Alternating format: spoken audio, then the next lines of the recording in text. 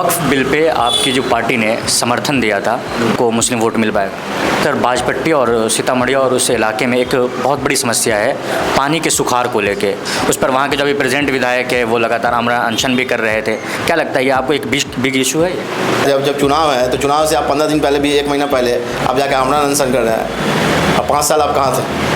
या धर्म के नाम से वोट दे तो फिर वो बेकार है। अगर इस वजह से वोट दे कि अगर डॉक्टर इंतखाब आए तो हमारा कुछ डेवलपमेंट हो क्षेत्र का, बाजपट्टी का कुछ विकास हो, तो हमारा स्पष्ट विज़न हमारे पार्टी का कि हम डेवलपमेंट के नाम पर ही हम लोग आगे बढ़ेंगे। बिहार फर्स्ट, बिहारी फर्स्ट हम लोग का विज़न है। स्वागत है दावास टाइम्स में। मैं कामरान सैफ। और इन दिनों बिहार में विधानसभा का चुनाव जितना करीब आता जा रहा है उतना ही बिहार में हलचल है, और ख़ासकर उन जनप्रतिनिधियों में जो लोग इस बार टिकट की दावेदारी कर रहे हैं। तो तमाम जो जनप्रतिनिधि हैं वो अपने इलाके के लोगों से जनसंपर्क कर रहे हैं, लोगों से मिल रहे हैं और क्षेत्र में जा रहे हैं। और क्षेत्र के अलावा जो लोग पलायन करके रोज़ी रोटी के लिए दिल्ली और मुंबई और इस तरीके की तमाम प्रदेशों में सफ़र करते हैं, उनसे भी तमाम जनप्रतिनिधि जनसंपर्क बना रहे हैं ताकि उनको उनके जो इशू हैं उनको समझ पाए और उनसे मशवरा ले सके, उसके बाद ग्राउंड पर उतर सके। तो इसी क्रम में आज हमारे साथ दिल्ली में मौजूद हैं डॉक्टर इंतखाब आलम। बहुत बहुत स्वागत है आपका। आपका बहुत बहुत शुक्रिया।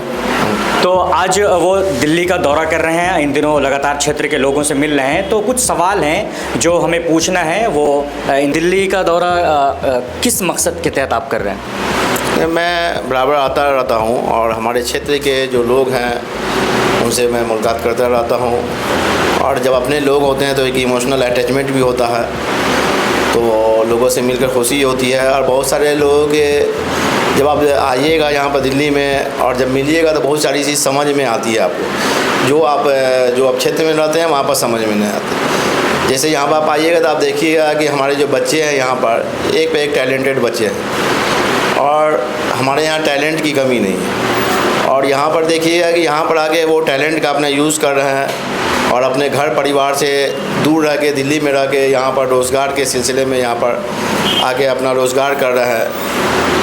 तो देख के खुशी भी होता है कि टैलेंट भी है, और दुख भी होता है कि ये चीज़ हमारे बिहार में सिस्टम क्यों नहीं हो सकता, हमारे यहाँ ये सिस्टम क्यों नहीं हो सकता है कि जो हमारे बच्चे हैं वो वहाँ पर रह के ही उनको रोज़गार मिल सके, पलायन क्यों रोज़गार मिल सके, ताकि उनके जो वहाँ पर घर पर जो बूढ़े माँ बाप हैं, चाहे भाई बहन, या घर की जो जिम्मेदारी है वो जिम्मेदारी को रहते हुए वहाँ पर वो चीज़ उनको कर सके। तो ये चीज़ थोड़ा सा कभी कभी बहुत तकलीफ़देह भी हो जाती है। तो आप लोजपा से टिकट की दावेदारी कर रहे हैं और बाजपट्टी से पिछले विधानसभा में आपने उनसे टिकट भी लिया था और आप इलेक्शन भी फाइट किए थे। इस बार क्या लगता है कि बाजपट्टी एनडीए के खाते में आ पाएगा? जी, हम लोग मैं पिछले विधानसभा चुनाव में लड़ा था लोजपा से, और निरंतर मैं क्षेत्र में जनता के बीच में कार्य कर रहा हूँ, और ये हमारे लिए बहुत सम्मान की बात होगी अगर हमारे पार्टी के राष्ट्रीय अध्यक्ष आदरणीय केंद्रीय खाद्य प्रसंस्करण उद्योग मंत्री आदरणीय चिराग पासवान जी मुझे दोबारा लोजपा का टिकट देते हैं, तो मैं फिर जनता के बीच में जाऊंगा। और मेरी चाहत है कि मैं बाजपट्टी को एक आदर्श विधानसभा बनाऊं, कि जो बाजपट्टी का एक हिंदुस्तान में नाम हो, एक आदर्श विधानसभा बने जहाँ पर हमारा हेल्थ फैसिलिटी हो, एजुकेशन की फैसिलिटी हो, रोज़गार की फैसिलिटी हो। अब अगर हम बाजपट्टी विधानसभा की बात करें तो बाजपट्टी विधानसभा में जो मुस्लिम वोट काफ़ी हैं, और इसके अलावा जो बिहार के अंदर समीकरण बनता है इलेक्शन में वोट का, वो कहा जाता है MY समीकरण हो या जाति के आधार पर हो। उस बीच अब अगर आप एक मुस्लिम फेस होने के बावजूद अगर आप एनडीए का पार्ट रहेंगे तो लगता है कि आपको मुसलमान वोट करेंगे? नहीं, हमारी पार्टी का स्पष्ट विज़न कि हमारी पार्टी जाति धर्म ये सबसे ऊपर उठ के सिर्फ डेवलपमेंट विकास के नाम पर काम करती है। तो ये जाति धर्म का बात तो आप पूछिए ही नहीं कि जाति धर्म पर हम लोग का तो वो विज़न ही है कि जाति, अगर कोई आदमी इस वजह से हमको वोट दे कि जाति या धर्म के नाम से वोट दे तो फिर वो बेकार है। अगर इस वजह से वोट दे कि अगर डॉक्टर इंतखाब आए तो हमारा कुछ डेवलपमेंट हो क्षेत्र का, बाजपट्टी का कुछ विकास हो, तो हमारा स्पष्ट विज़न हमारे पार्टी का कि हम डेवलपमेंट के नाम पर ही हम लोग आगे बढ़ेंगे। बिहार फर्स्ट, बिहारी फर्स्ट हम लोग का विज़न है कि अगर हमारे बिहार के जब बाहर जाए कहीं भी तो गर्व से कहे कि मैं बिहारी हूँ, फख्र के साथ कहे बिहारी है। बाहर जाए तो बिहार के बाहर तो लोग कहे कि नहीं ये बिहारी है, होनहार है, टैलेंटेड है, ईमानदार है, तब मतलब हम लोगों का ये स्पष्ट विज़न है। ये जात धर्म की बात हम लोग नहीं करते हैं, ये विपक्ष के लोग करते हैं ये लोग। लेकिन इस बीच अभी वोट चोरी का मुद्दा काफ़ी गरमाया रहा है एसआईआर को लेके, तो उसमें आपको क्या लगता है कि वाकई वोट चोरी हो रही है या नहीं हो रही? आपसे मैं पूछना चाहता हूँ कि आपको ऐसा कुछ आया है कि आपका कहीं पर वो किसी का नाम कटा है? वहाँ पर तो स्पष्ट है सभी का लोग का आ रहा है, ठीक है, अपना फॉर्म भर के दीजिए। अगर किन्हीं को कोई आपत्ति है तो फिर उनका है। हमको तो अभी नहीं देख में आ रहा है कि किसी का वोट कटा है। अब ठीक है, जिनका है कोई डेथ कर गया है किसी के यहाँ, या बहुत सारे ऐसे हैं कि जिनकी लड़कियाँ शादी हो गई है, वो दूसरी जगह चली गई, तो बहुत सारे का वोट भी है, यहाँ भी है और दूसरी जगह भी ससुराल में, तो उस तरह का वोट सब हटना भी चाहिए। और जो जनून व्यक्ति है वो किसी का भी नहीं हटना चाहिए। और हमारे पार्टी का स्पष्ट विजन है, किसी भी एक भी आदमी का किसी को भी वोट के मताधिकार के से नहीं वंचित नहीं किया जा सकता। आप लोग कितने सीट का डिमांड कर रहे हैं बिहार में? ये हमारे जो पार्टी के राष्ट्रीय अध्यक्ष ये तय करेंगे, लेकिन एक हम लोग को पूरी उम्मीद है कि जो भी गठबंधन के साथ ये सबके सम्मान के साथ किसी तरह का भी समझौता सबके सम्मान किया जाएगा और सम्मान के तहत ही सभी को सीट दिया जाएगा। लेकिन आप लोग जितना अनुमान लगा रहे हैं, अगर उतनी सीट नहीं मिली तो क्या पिछली बार की तरह करेंगे?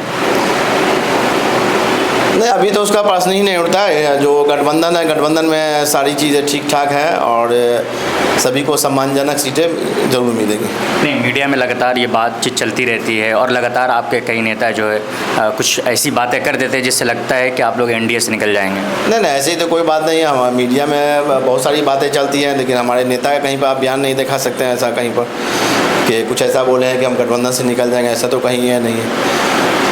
अगर बाजपट्टी विधानसभा में आप एनडीए के गठबंधन के साथ अगर आपको टिकट दिया जाता है, आप मेडिकल से जुड़े हुए हैं, तो क्या आपकी प्राथमिकता क्या होगी बाजपट्टी के लिए?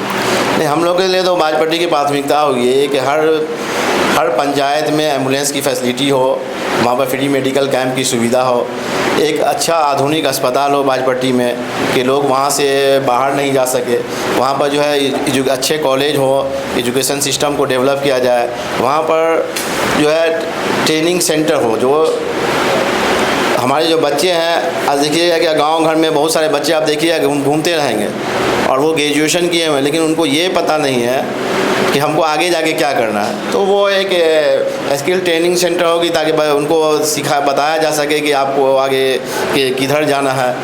और हमारे जो लघु उद्योग है, लघु उद्योग की ये हो ताकि जो पलायन रुक सके। जो सड़क है, बिजली है, पानी की जो ये है वो हर घर तक उसकी व्यवस्था हो।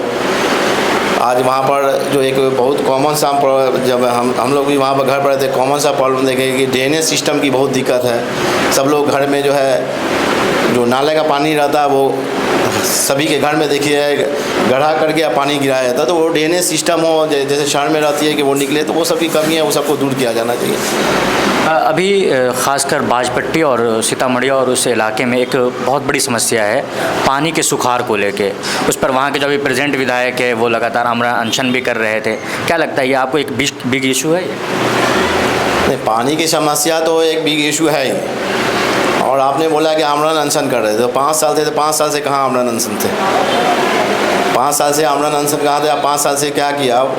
अब वो तो वो बताएंगे और जनता बताएगी, वो उस पर हम कुछ बता नहीं सकते। क्योंकि मेरा कुछ बोलना है तो बोलेंगे कि विपक्ष में इसलिए बोल रहे हैं, तो वो तो जनता जवाब देगी। अगर मान लें 5 साल से कुछ किए रहते तो फिर अभी समस्या नहीं होती। करप्शन को लेके वो लगातार बोलते रहे कि हम करप्शन नहीं होने देंगे। क्या लगता है आपको करप्शन रुक गया है बाजपट्टी में? ये तो हमसे अच्छा आप बता सकते हैं। आप मीडिया में हैं, अच्छे पत्रकार हैं, तो वहाँ पर आप जाके बता सकते हैं कि उनका कैसा काम है। मेरा बोलना कुछ मुनासिब नहीं है, वो जनता बताएगी। आप जनता से जाके पूछिए कि कैसा काम है, वो तो जनता बताएगी, तो वो रियलिटी होगी। हम लोग तो कुछ बताएंगे तो बोलिएगा कि वो पॉलिटिकल है, तो जनता बताएगी। और जो आप वहाँ पर जाइएगा तो पता चल जाएगा कितना करप्शन रुका है, क्या रुका है, करप्शन हो रहा है या नहीं हो रहा। नहीं, ये सवाल आपसे इसलिए पूछा जा रहा है कि पिछली बार आप कैंडिडेट थे, कुछ लोगों ने आपके ऊपर भरोसा भी जतलाया, उनका आपके ऊपर हक बनता है कि आप जनप्रतिनिधि हैं, आप जनता के बीच में जाएं और उनसे पूछें कि क्या करप्शन रुका है या नहीं रुका है। अगर आप गए होंगे, लोगों से मिले होंगे, तो आपको इस बात का अंदाज़ा होगा कि करप्शन रुका है या बढ़ा है। मैं ये पूछना चाहता हूँ। नहीं, जनता जो है, जनता तो वहाँ पर त्राहिमाम है, जनता तो खुश नहीं है ना। जनता का तो कोई काम हो नहीं रहा वहाँ पर। वहाँ पर जो है, जो आप जिसके लिए जनता आपको चुनी है, उसकी उम्मीद पर तो आप खरा उतर नहीं रहे हैं।